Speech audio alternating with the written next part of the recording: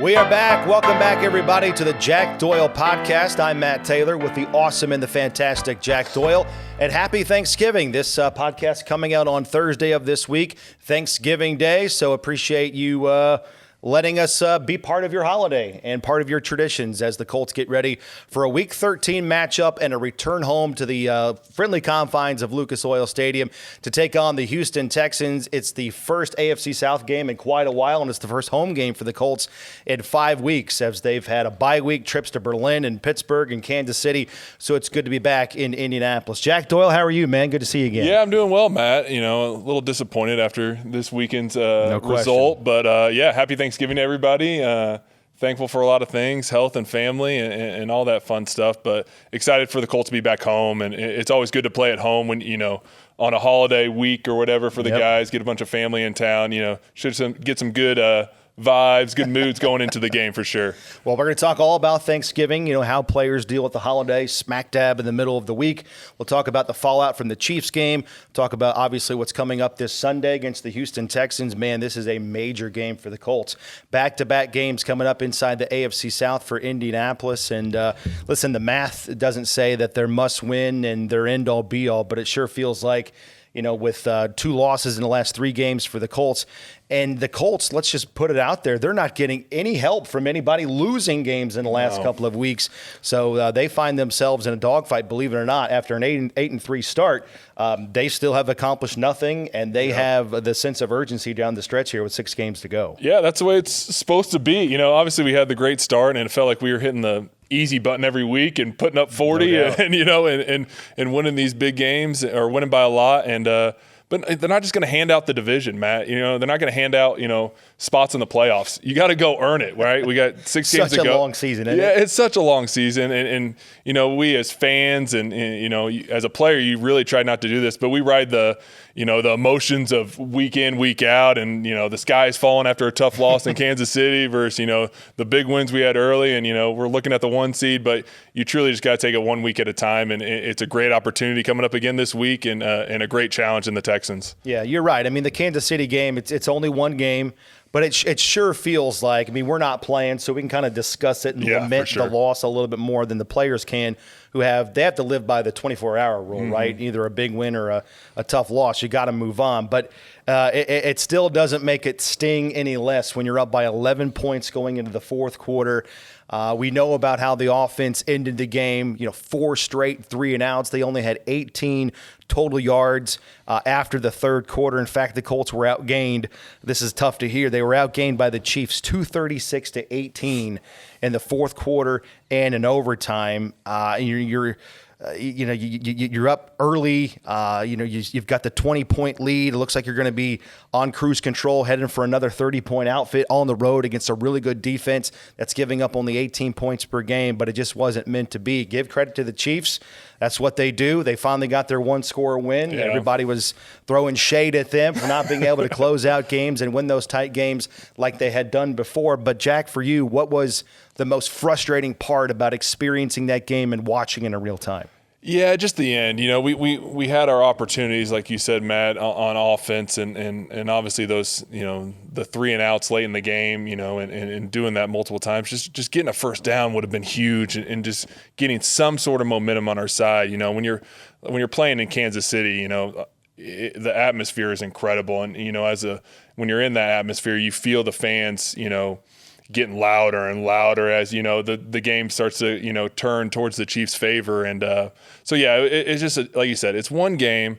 It's a tough pill to swallow. But, you know, another great opportunity coming up. And, you know, it just stinks for it to kind of go that way. But you got to bounce back and be ready to go. Hey, you mentioned the crowd noise. When you play in an all-time great atmosphere like Arrowhead Stadium, and it was a desperate game for the Chiefs. They really needed to win that game to kind of salvage their season and at least put them back into the somewhat mix to make the playoffs. They've got that great streak going where they haven't missed the playoffs since 2014. But interested, you know, after what you just said as a player, do you sense the crowd becoming more of a factor? And as the game goes on, the tighter the game is, how difficult is it to continue to block that out and not let the crowd become a deciding factor in the game in terms of your ability to execute on offense? Yeah, it's definitely a factor. And you know what comes to mind as a player, you start to feel that, and the tendency is to kind of press and try and do too much and be like, hey, I'm going to make up for this, I'm going to fix this. And when you really just need to stay in your role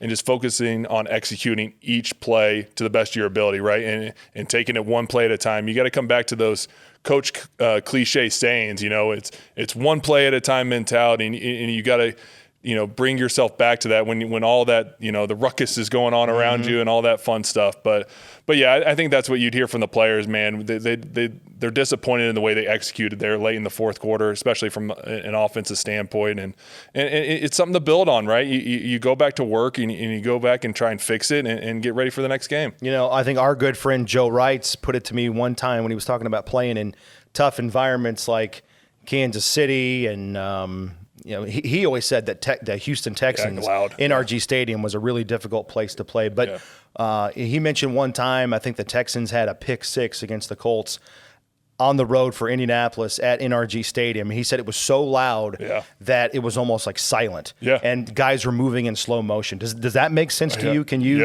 register with that? I remember us talking about it on the bus after, and everyone kind of saying the same thing. It was JJ tipped the ball up. And of course, since it was JJ, the crowd was even more crazy. But yeah, it was so loud. That's the loudest I've ever heard anything. What was when that happened? But yeah, you have to. Again, it's getting back to a one-play mentality. Like, who cares what happened? I don't care if it was good, bad. And it sounds like coach speak, right? But it's truly how you have to handle it when you're in those tough environments and knowing that you got each other's backs, right? It's kind of fun, and it's a great challenge to be like, hey, you look to your guy on your left and your right and be like, hey, we're in this together, man. Like, let's go do this, right? Let's go do this together. And again, it's staying in your role and executing one play at a time. When you get caught up in doing too much or letting that noise and all that outside factors kind of affect you, right? That's when stuff starts to go wrong. When things do start to go wrong, how helpless of a feeling is it when you're on the sideline and you just kind of feel and sense that the game is kind of slipping away? Yeah, it's frustrating, right? And that's the first thing. Everyone's kind of being like, come on, guys. You start to get that, and you start feeling a little bit helpless, and it's tough, and it just takes one guy to kind of get you back on track, and Colts weren't able to do that and able to finish this past game. But again, you got to use it as a learning experience, right? This was a great learning experience for this Colts team in this season, right? You went into a tough environment, lost a tough game. So how do we grow from it, right? Mm-hmm. Maybe you wouldn't grow from it the same if you won it, right? But we got to take those experiences. The Chiefs have had so many experiences like this, right? You talk about they've been to the playoffs every year since 2014. Like, they've played in a lot of these games. But this is great for this group to get this experience, and hopefully we can build from it. Yeah, I mean, it was such a disheartening way to end the game for the Colts on offense. Like we talked about, they only ran 12 plays at the end of the third quarter for a total of 18 yards. It's hot button, or I should say, water cooler conversation this week. Even though it is Thanksgiving, people still getting together talking about the game, as you know. But I mean, a lot's been made about, hey, the Colts abandoned the run and they should have rode Jonathan Taylor a little bit more. I mean, obviously it's catch-22.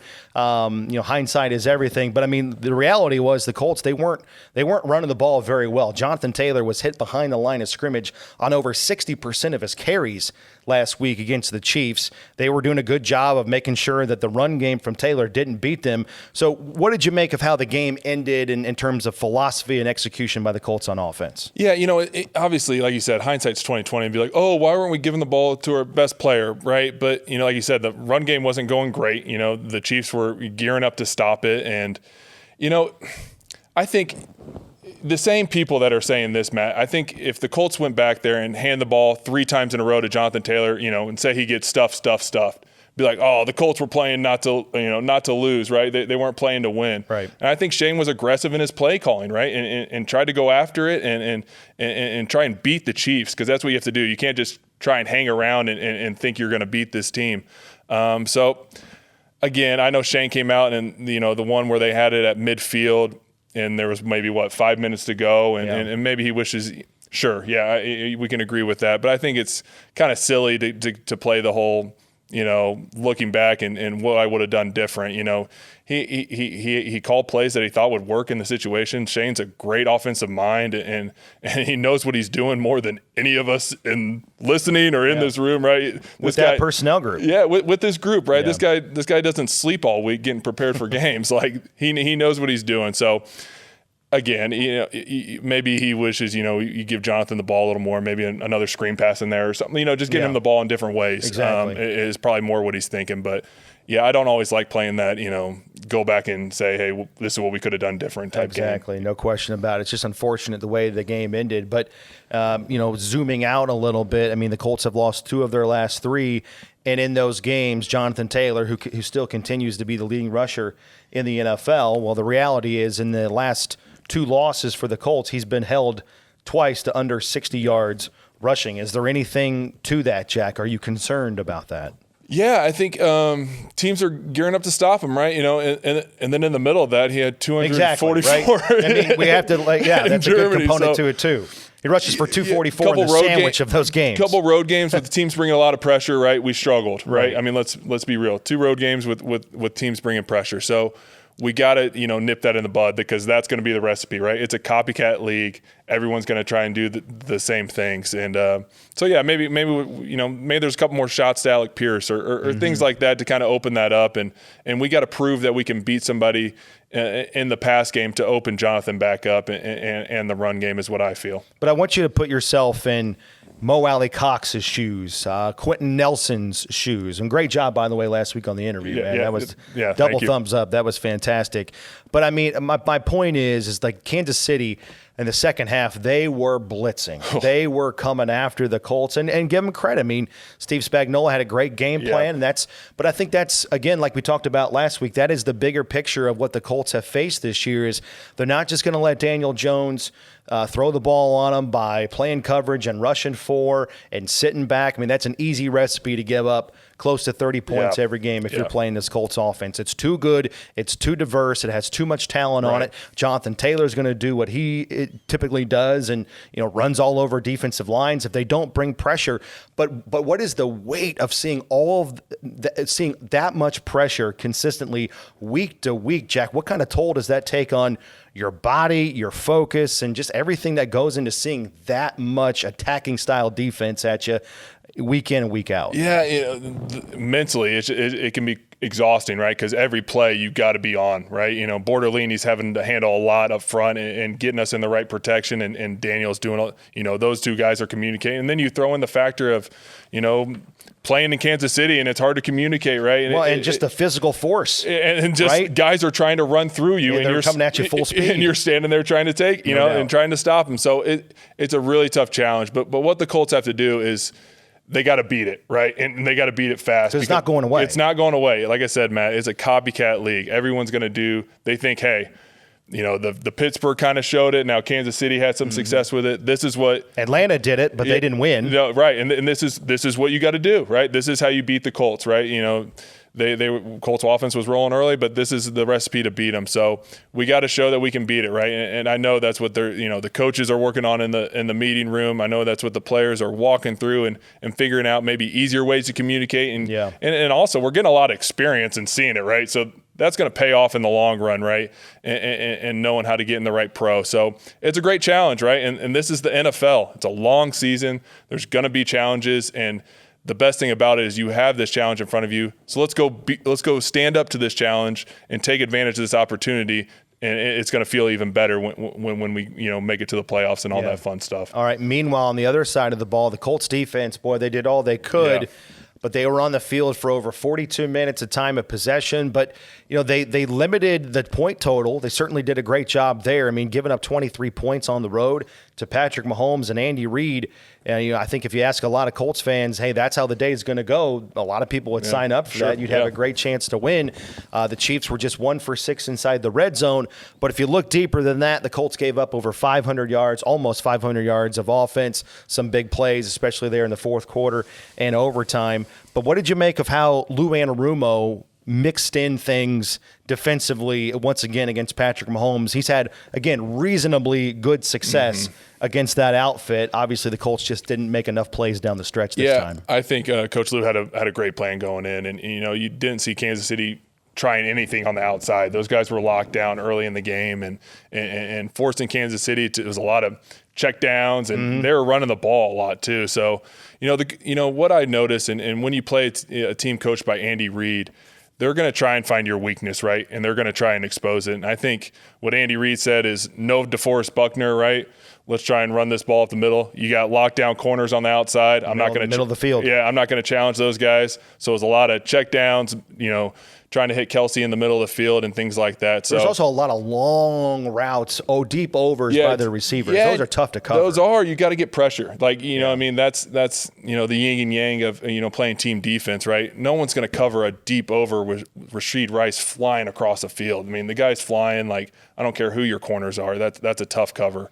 So we got to do a better job of getting pressure up front, right? Yeah. And that's kind of those plays can't develop if there's pressure. Yeah, right. That's team defense. So I think Coach Lou had a good plan. I think those guys just got worn down. And if you give the Chiefs what they have 90 plays or something like 91. that, if you give them 91 plays, they're gonna score 24 points. If you give me 91 plays, I'll score at least 3. I could call up a few of my high school buddies, and if we get 91 plays, we'll come up with something. I think we're getting 3, right? I don't know. We don't have much speed in our background, but yeah, no, it's just. I thought those guys competed their butts off, and we didn't play great complementary football, and it's just a tough loss. But again, we have to build from it, right? We have to learn from it and move forward. We still got a long way to go in this football season. Yeah, I think it was, if I'm not mistaken, 42 minutes. And I want to say 35 seconds. Doesn't really matter. Whatever the number was, it was the third highest time of possession a Colts defense has ever had to play in a game in franchise history. Wow. And I'm sure you've played in games where the Colts offense held the ball for 35, 40 minutes. When you're on the other side of that and you see the defense out there for as long as they have to play defense, what is the compound residual effect of that? I mean, can you see it in their eyes? Yeah. Just how gassed and just worn out they are from lining up every play. I mean, they'll be coming off the field, and I was always say they gave up a field goal, right? And I'd be out there high-fiving them, good job, guys. And they'll be looking at you get a freaking first down. What are you guys doing? Let's help each other out here. So yeah, like you said, Matt, I feel like when we played the Chiefs back in 19, it was reversed, right? Yeah. I feel like we were on offense a lot, and we kind of, we're running the ball. Marlon Mack had a great game. It's back to the 2000. This is the recipe to kind of beat this Colts team is, you thought it'd be opposite coming into this season, right? You think, the Chiefs are the team you're trying to hold their offense off the field, right? But the Chiefs were doing it to the Colts, which is kind of funny to think about. It's just, again, you want to play complementary football. And again, the defense competed their butts off, right? 90 plays, only giving up 24 points. That's a win, man. And the offense got to hold up their end of the bargain.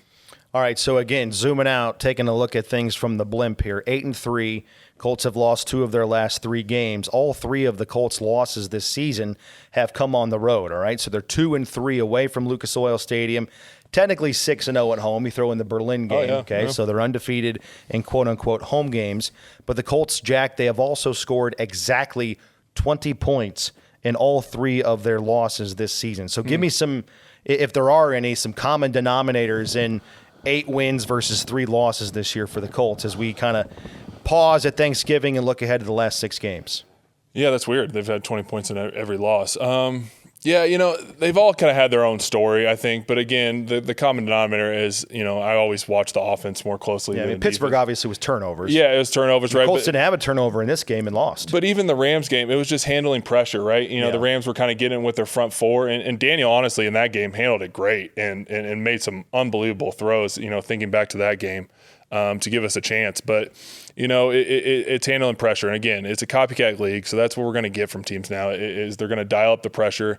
And it's even, it's run pressure too. The running back, the run blitzes are, backers running through and things like that. And so it's figuring out ways to handle the pressure and making teams pay when teams are going to blitz and try and bring extra guys, you got to make them pay in the pass game and in the run game. There's ways to scheme that up, and I feel like we ran the bounce play on 3rd and 1.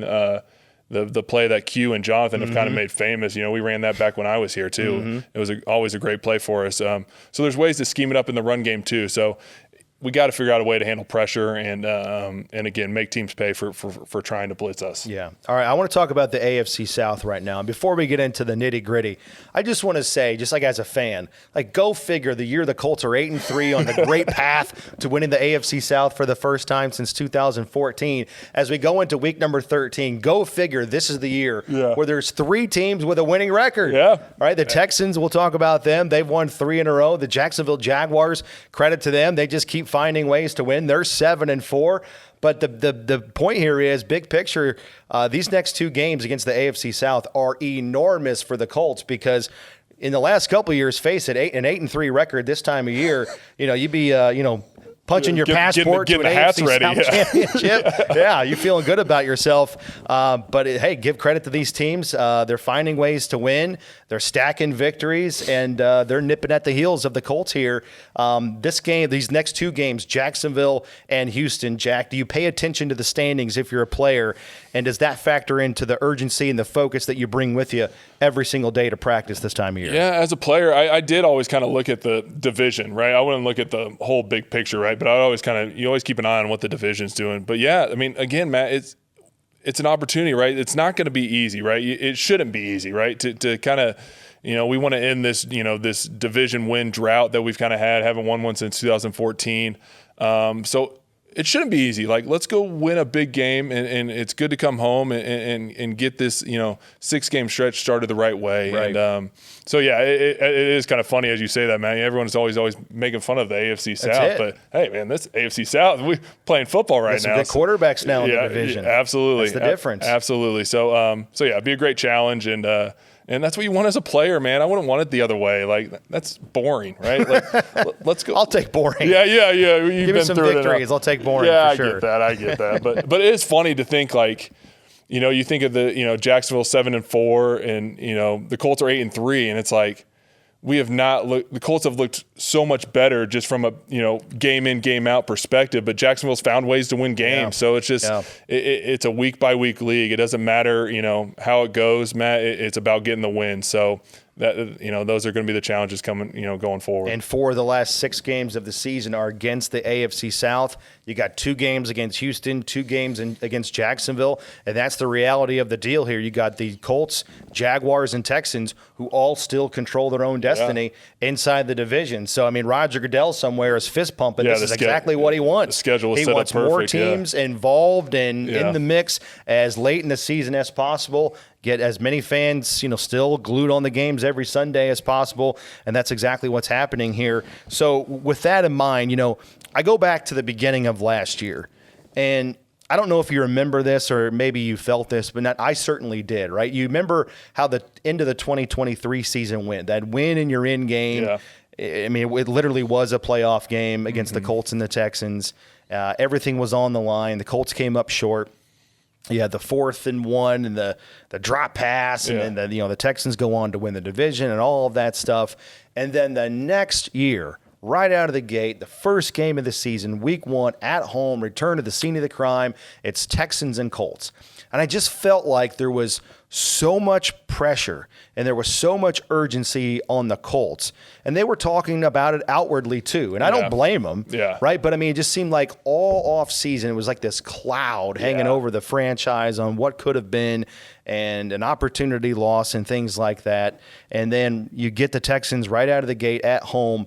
There was just so much pressure about trying to rectify what had happened at the end of the season before and trying to get off to a good start and, winning at home for the first time in quite some time. There was just, I thought, too much internal pressure being put on that game. And now you look at this game and it's another big game in terms of the standings, a lot of magnitude about it. So as a former player, how do you balance urgency and pressure, but also not putting too much stuff on that to where you can't function, you can't play fast, and you can't go out there and execute? Yeah, and it kind of comes back to what we were talking about earlier, Matt, and what I think is the players really got to stay in their role. I think Shane does a great job, and I heard Mo talking about this, how, and Nick Sirianni did the same thing, and I'm sure that's where Shane got it, but defining the role for each player. Every player knows his role. You have to just do your role. Yeah. You hear the Bill Belichick, do your job. That's what it is. When the pressure turns up and the stakes, turn up, you got to just stay within yourself, right? And trying to do too much or getting outside of your routine, be like, hey, I should do more. I should do, more than I normally do. No, Stay in your routine. We have the recipe for what works, right? And be yourself, right? Don't try to do too much. And when you have so many different playmakers and the offense, so many different guys can go and we can attack you in so many different ways. It's like, hey, just hold up your end of the bargain, right? And do your job and rely on your buddies, right? I mean, you're out there together, right? You're not out there alone. So that's what makes football so great and the best sport ever is you're out there with your guys, man. And so again, this is what you want. Playoffs are kind of starting now. Like, let's go. Like, it's not, must win, but hey, like these division games. I kind of feel like it is because the Texans have what the Colts have wanted and haven't been able to obtain the last couple of seasons. So let's go. Let's get this 6-game stretch started the right way. That's where I'm at. And you look at this series too. The Colts have lost the last 3 games against the Texans by a combined 9 points. But also on top of that, here's your little nugget on Thanksgiving. The last 6 games in this series between the Colts and the Texans have been decided by an average of 3.5 points. Jeez. That's amazing. Yeah. That's amazing. It's going to be a good one, a good old-fashioned good one, as we like to say. Yay, football. That's awesome. At Lucas Oil Stadium. And the Colts are going to get a first-hand look, first time this season, against that Texans defense. They're number 1 in basically everything. They got game records in all 3 levels of that defense. We know about their personnel, but when you watch them collectively together, Jack, what makes them so freaking good on defense? I mean, offensively with Davis Mills, and this is not a shot at him, but they're on a 3-game winning streak where their offense really hasn't had to do much because their defense is it's that good no matter who's playing quarterback for them. First off, DeMeco Ryans is a heck of a coach. He really a heck of a defensive coach. And I got to play against him when he was with the Eagles and a good player.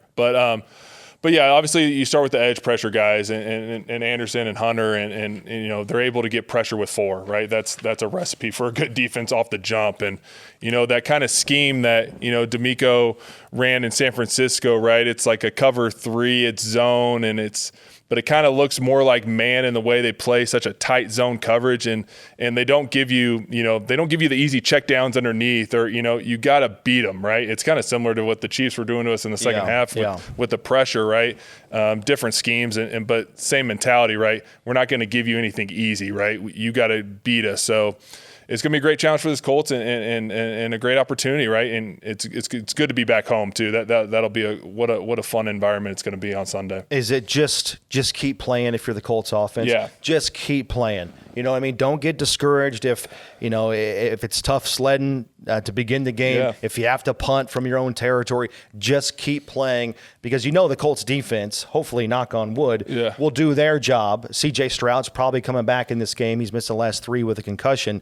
But just keep playing and try to play as complimentary football for as long as possible against this outfit. Yeah, you guys got to keep playing. The levee's going to break, right? That's what you got to believe. And you just got to keep leaning on them, and eventually, boom, there goes the Jonathan. It's the recipe the Colts have been doing, right? There goes the Jonathan Taylor home run ball. You got, like you said, Matt, it's going to be big to, take care of the football. They're great at taking it away. Yeah. That's going to be huge. And just trying to turn first downs, right? And keeping drives alive. And like you said, I have full faith in the defense and holding up their end of the bargain. Like I said, it's a great challenge and they're a great defense and have playmakers at, all 3 levels. And, I say all 3 levels, that's D-line, linebacker, and in the back end.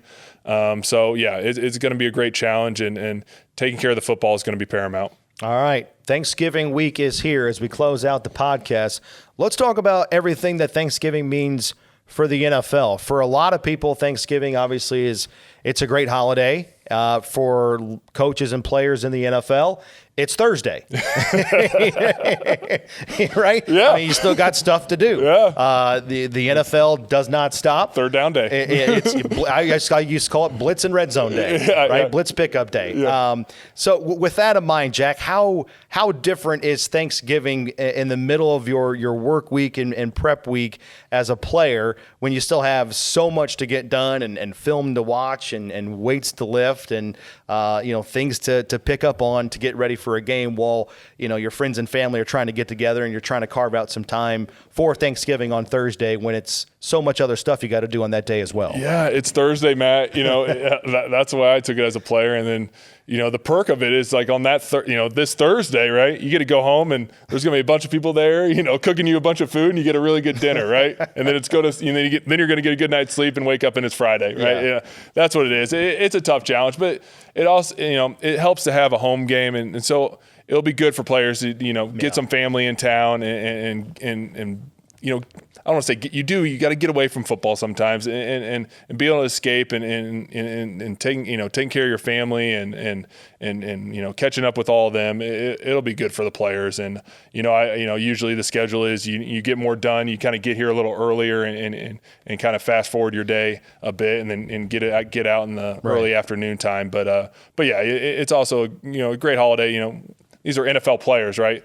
It's time to be thankful, right? No question. Not a lot of people get this. So be thankful for the situation you're in and turn that into, hey, I got a great opportunity coming up on Sunday. So let's go get a win. So how many hours, for those that don't know, how many hours do you actually get to enjoy Thanksgiving? Because, you guys are here until typically what time of day on Thanksgiving Day? I would say like 2 would be my guess. And normally you're out of here you're done with meetings at 5:30.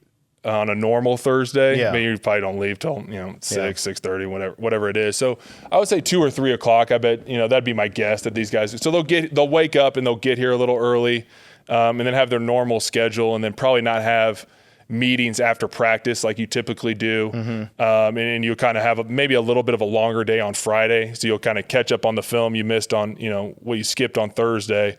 And then Thursday, Friday's usually kind of a quicker day, and maybe Friday's a little longer this week for the guys. So it's not going to change too much. And again, the guys have been around; they're used to it, and all that fun stuff. Did you get to enjoy Thanksgiving, or did you always just feel like you had one eye or one part of your brain always working, thinking in the back of your head what do I got to do against the Texans?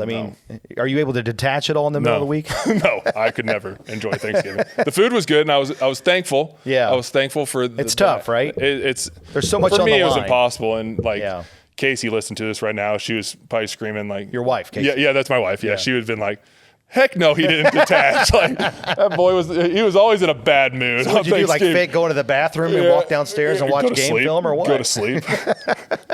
I'm not feeling. I'm gonna get some extra rest. And I'm upstairs watching film or something. The Irish goodbye on Thanksgiving from Jack Doyle. Yeah, I'm a big Irish goodbye guy. Are you really? Yeah. Oh yeah. So what's your move? At family functions? Yeah. Oh, okay. We have a big family, man. So you're talking to your second cousin twice removed. Yeah. If you man, how you doing? If I say bye to everybody, I'm gonna go get a drink. I'll see you later. That's an extra hour, right?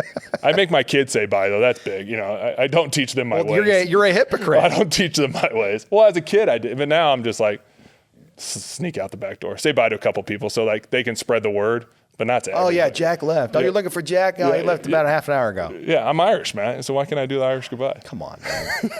You're bad luck. You are better than that. Teach you some manners on the east side. What are we doing? Oh, that's good. Well, it's funny because I like Thanksgiving, and I love football on Thanksgiving, but this is a hot take that I have. I don't know if you agree with this, but I talked to the commissioner a couple weeks ago. Okay. I did not give him this anecdote. I should have. Opportunity squandered right there. But hot take here. Let's take the Lions and Cowboys off of Thanksgiving. Ooh. I know it's tradition, but I think it's time. I think more people would be interested in watching football if they didn't have to watch the Lions and Cowboys play every year. Now, for centuries, it felt like the Lions were no good. Yeah, I'll say, so you got a kind of a dud game there between noon and 3, and then now like spread around. Like we're spreading everything around. Yeah. We're trying to move the combine. We're moving the draft around. Like let's give Thanksgiving a shot to other markets here. I don't know. What do you think? I'm kind of a tradition guy. You probably could have sold me on this when the Lions were bad. Now the Lions are fun. Right. I get it. Everything comes in waves. Yeah, the Cowboys can be annoying, right? Let's be honest, right? It's a hot take of mine. It's a little too much with them, but I'm a tradition guy, Matt. I kind of like it, and you know who's going to play, and it's always like, who are the Lions playing? Who are the Cowboys playing, right? But I get them out. What do you want? Would you like a Colts 1 o'clock Thanksgiving game? Yeah. Yeah, I think that'd be cool. Wouldn't you? Yeah, I would. That'd be awesome. You get an extra. You played once on Thanksgiving, didn't you? So the Lions do they have 2 Thursday games, or this is their only Thursday game? I believe they have 2 Thursday games. Yeah, interesting. Yeah. Yeah, I did play on Thanksgiving once. It was at night. It was night against Pittsburgh at home. I liked it. Yeah. We had Thanksgiving the next day, basically. Okay. We should have won that game. That was a Roethlisberger game. Yeah. He came in and at the end, Scott Tolzien started. That's right. I think it was like 2017. 16. If I'm not 16? Yeah. Okay, 16. you would know. 16. But yeah, no, that was a tough loss. But I liked it. I liked having that is a year that I actually kind of enjoyed Thanksgiving, but it wasn't on actual Thanksgiving. Right. I feel like Friday I was able to let my guard down, and I remember having a nice, Thanksgiving that year. It's kind of a privilege. I mean, I know every NFL player practices on Thanksgiving, but you got to work your tail off to get to that level, right? I mean, that's the 1% of the 1%. But how many state championships? Yeah, high school. We were on the same page. Yeah. I played in 1, so I got to practice on Thanksgiving. Yeah, once. I mean, it was so cool. Awesome. I got to play in a couple state championships at the old RCA Dome or Hoosier Dome. Yeah. And the surreal factor of practicing with your buddies. Like, it was like Turkey Bowl, even though we were serious and, out there practicing, just for the magnitude of the game then a couple of days later. But just the preciousness of practicing football on Thanksgiving was really surreal. I mean, what's it like for you to practice on Thanksgiving, whether you're a prep player or the NFL player? Yeah, in the NFL, Matt, I would think about that so cool. Every Thanksgiving, like how as a high schooler, that was your only goal, man.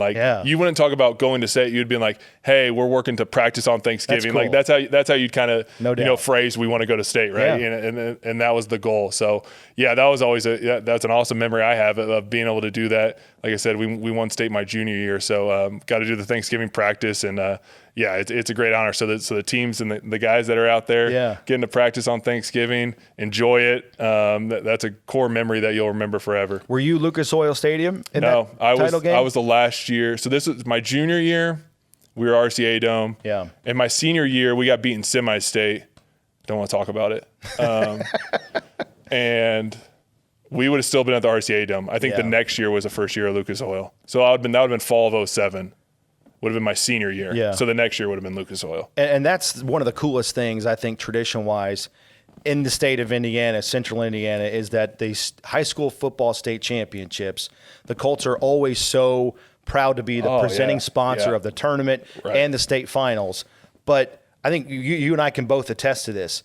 As 16, 17, and 18-year-old kids having the opportunity to play their last game in the magnitude or the Coliseum, the cathedral of football that Lucas Oil Stadium is, and the RCA Dome at the time was, because I was in the same boat. I played there, not Lucas Oil Stadium.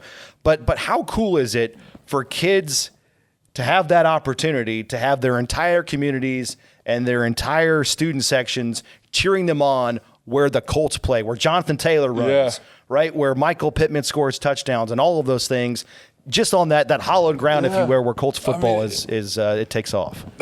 That's it, Matt. That's football. That's what it's all about, right? I mean, I get asked if I miss football. It's like, or miss playing for the Colts. It's like, I probably miss high school more. That's with your that's with your boys, man. That's with your buddies, right? These are guys you grew up with, and guys I'm still close with today. So yeah, what an honor, man. I remember how, excited I was to be on the field where, Peyton was playing. I just felt better than I was. Oh, yeah, and you felt fast, right? Yeah, I felt more talented than I actually was because I was playing on that field. I'm so good, right?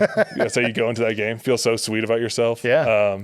But yeah, man, what a great honor, right? And no doubt. And getting to practice on Thanksgiving. So enjoy, guys. Like we're talking right now, it's a core memory, right? Yeah. We're still reminiscing about it. Same thing about Operation Football. It's just so different now. Here comes the helicopter. With Twitter. Yeah, I mean, when you had Calabro and company show up with the helicopter and they land next to the field. Yeah. I mean, I would tape it every single Friday. Yes, I would set the VCR and just see if your highlights made the news, man. That was the biggest freaking deal. We would always, as a team, go to the Lupos, big cathedral family, and they had a house right by Cathedral. So after the games, we'd always go over to their house and watch watch the news and look for our highlights on Operation Football. So again, another core memory, man. It was the best. There's a Dave Calabro, Cathedral, knocks off Pendleton Heights, number 84. Jack Doyle with a couple of touchdowns today. The Irish keep on rolling into semi-state. Oh, yeah. I wish there was more of those. But, yeah, it was a lot of blocking back then. A lot of blocking. Well, get on the news, man. Just get on that the was news. It, man. That was it. That's what it was all about. It's all about getting and then waking up the next morning, and if you had a catch, right, or you could see the box score. That was it, man. Clip it out. That's all I wanted. Clip it out. That's all I wanted. I think my grandmother still has the clippings. My mom definitely does. Oh yeah. There's a box of all the clippings. You know. I could talk about this stuff for hours. I need to go look at that. That'd be cool to go reminisce because she's even. Playing for the Colts, like she's got those clippings too. So it'd be cool. Does she have your PFF grades from 2019? God, if she has, we will burn them on Thanksgiving if she has my PFF grades. Sorry, PFF. You don't know my job. You don't know my job. Yeah, side of PFF criticism. That's always one of the annual. Oh God, yeah. I'm doing that. So we're going to their house on Thanksgiving. I'm going to ask her for that. I know there's a box. Bring it in next time. All the newspaper clippings. That'd be really cool. Yeah, get the scrapbook out here. All right, every week we close out the podcast with a fun little segment we call You Don't Know Jack. We've gotten to know you so much better in the last, I think, 2 months here doing this podcast. And we found out last week you're a little bit of a rambunctious kid when you were 13 years old, okay?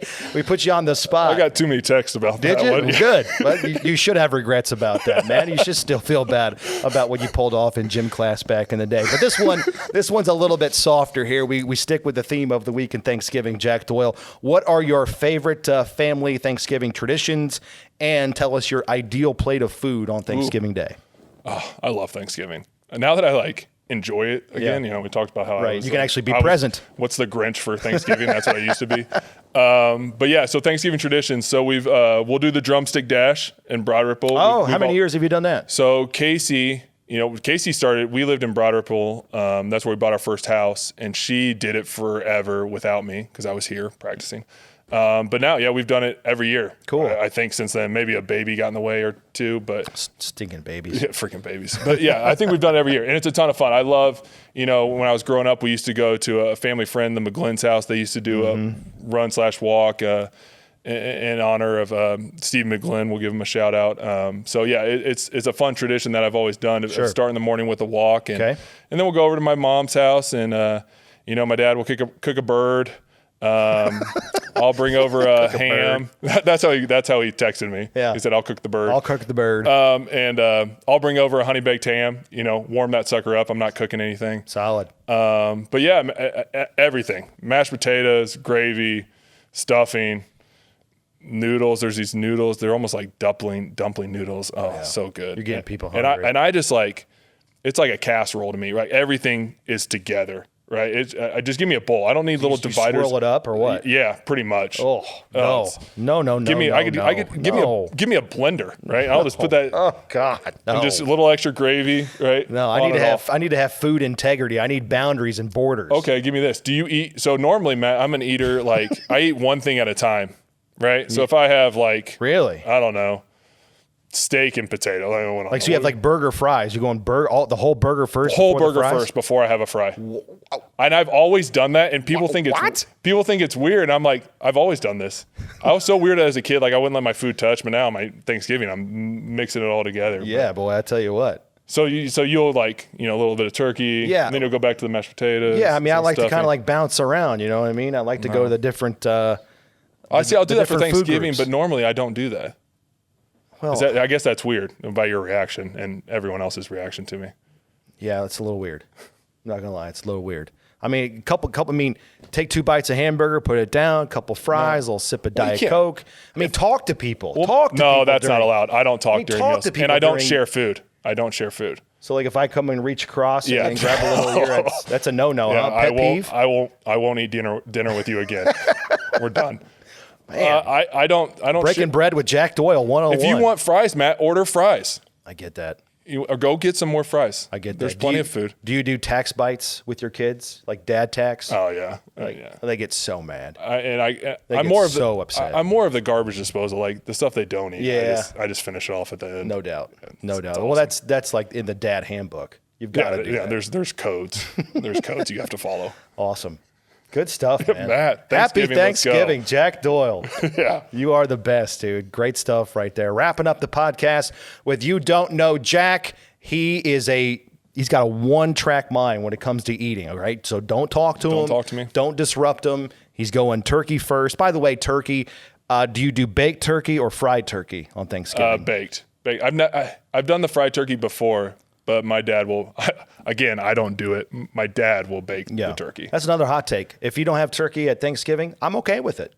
I'm with you there. I don't love turkey. Yeah, eat what you want. It's fine. Like, I eat it at obligation almost. Same. Yeah. Like, I feel like I have to, but like I don't love it. Soaked in gravy. 100%.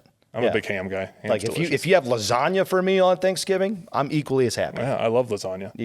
Do you, man? To each their own, right? Everybody out there, you do you on Thanksgiving and have a great holiday. And thank you so much. In terms of being thankful, we are thankful for, seriously, I'm very thankful for you, man. You make this podcast a joy and a lot of fun. And we thank you so much for always listening and watching wherever you consume us on iTunes, Colts.com, YouTube, Colts Podcast channel. Thank you so much and continue to support us here as the Colts get ready for a Week 13 showdown. First of 2 back-to-back games against the AFC South coming up on Sunday. It's the Colts and the Texans. We'll be back next week, post-Thanksgiving, hopefully talking about another win for the Indianapolis Colts. But again, for Jack Doyle, I'm Matt Taylor. Thanks for watching, and we'll talk to you next week here on the Colts Podcast channel.